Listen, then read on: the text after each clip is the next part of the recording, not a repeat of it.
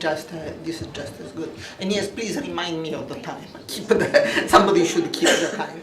Okay, I just want to talk. I generally share Radwan's rather optimistic view of what's happening in Tunisia. I think I'm not an optimistic person in general, but I think there are, some of you may know that, but I think there are reasons to be relatively optimistic about what is happening in Tunisia. But there are a lot of pieces that have to fall into place before the promise really can be kept.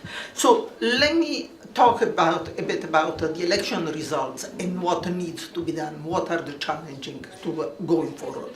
We have just gone through, or Tunisia I should say, has gone through two very interesting elections that have not been necessarily well reported, because American newspapers reported the parliamentary election showing huge victory for Nida Tounes and a substantial loss for Nahda. I think the situation is much more complicated, because while there is absolutely no doubt that Nida Tounes, that did not exist at the last time, came first and made a very strong showing, and Nahda lost votes, it's also a fact that probably there is no way of forming a government unless both organizations are part of the government. In other words, you can do all sorts of, there is the mathematics of it and there is the politics of it. And from a purely mathematical point of view, probably it is possible to put together a majoritarian government that does not include Nahda. It would be a small majority, and therefore a somewhat unstable government.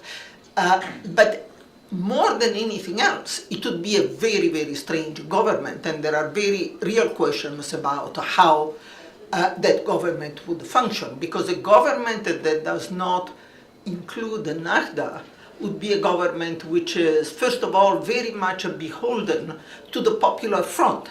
Popular Front is a very, I would say an extreme left, unreformed European-style leftist party, essentially, that certainly does not see eye to eye with Nida Tounes, which is, at least economically, a very liberal organization in terms of economic policies. So that it would be very difficult to say, you'd end up in a situation in which you have this government, this party, Nida Tounes, that has, after all, an agenda of liberal economic reform, pretty classical liberal economic reform, at the same time beholden for its majority to essentially a communist party that did not get that many votes, but because of the election system, the voting system that was chosen, controls a substantial number of seats in the parliament. The other party on which Nida Tounes would depend a lot in a government that does not contain Nahda is this party that is headed by what has been defined as Tunisia's Berlusconi.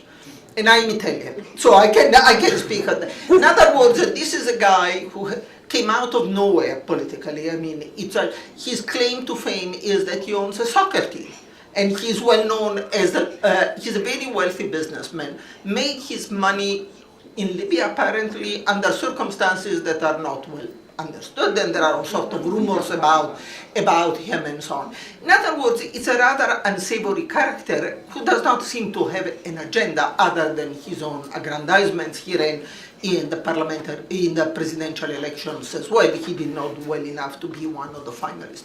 So essentially, you have the choice that Nida Tounes is facing now is between a paper-thin coalition of very disparate groups, or a coalition that contains Nahda.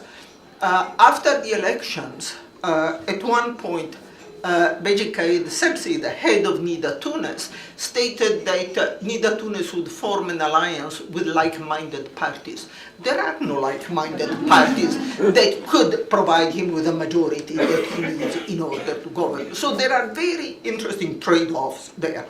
One of the problems in putting together this majority or a government that contains Nahda and people close to Nida Tunis tell you, yes, they are open to it. It would not be an alliance, it would be cooperation. They play around with words and so on. But they certainly do not exclude it.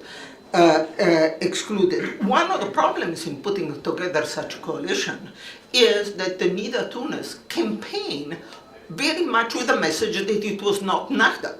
In other words, vote for us, because if you vote for Nahda, it will take you back to the dark, or will take us back to the dark ages. Now, it's a bit of a challenge then for Nida Tunis to turn around and say, well, you know, we can still form, we can still cooperate, we can still work together. But this is the reality. This is one of what we are going to see at this point, how much of a statesman Beji Caid Sebsi is. Nahda is open to cooperation. In fact, they very much want to be part of the government. You can understand why, because otherwise they are out. But they are. And the question is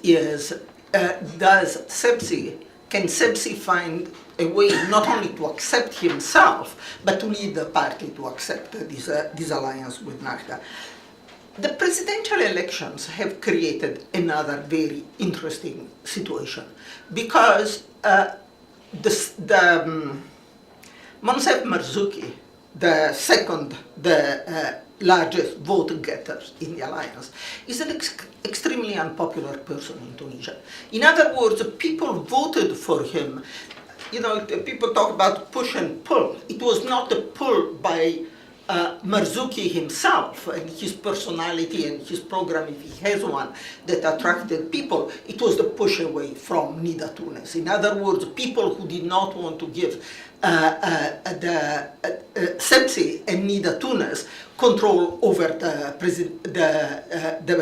presidential position, as well as over the parliament, essentially. So again, it's one of the paradoxes. Should Marzouki win, which I don't believe that it's likely to happen, he would win not because of who he is, but because of who he is not. And again, you have a very different situation. Now, I don't know how this puzzle is going to be put together. I think, as Radwan said, they are meeting now to try to, to start hammering out the various possibilities, even before the second round of the presidential elections. But I think there is a lot that tried on it. One is the question that Radwan gave as answered, and I totally disagree with him on this, that is, can Islam and democracy coexist? Because, and above all, it's not so much can Islam and democracy coexist, but can Islamist and secularist coexist, which is, it's not a question of, abstract concept, it's a question of specific groups.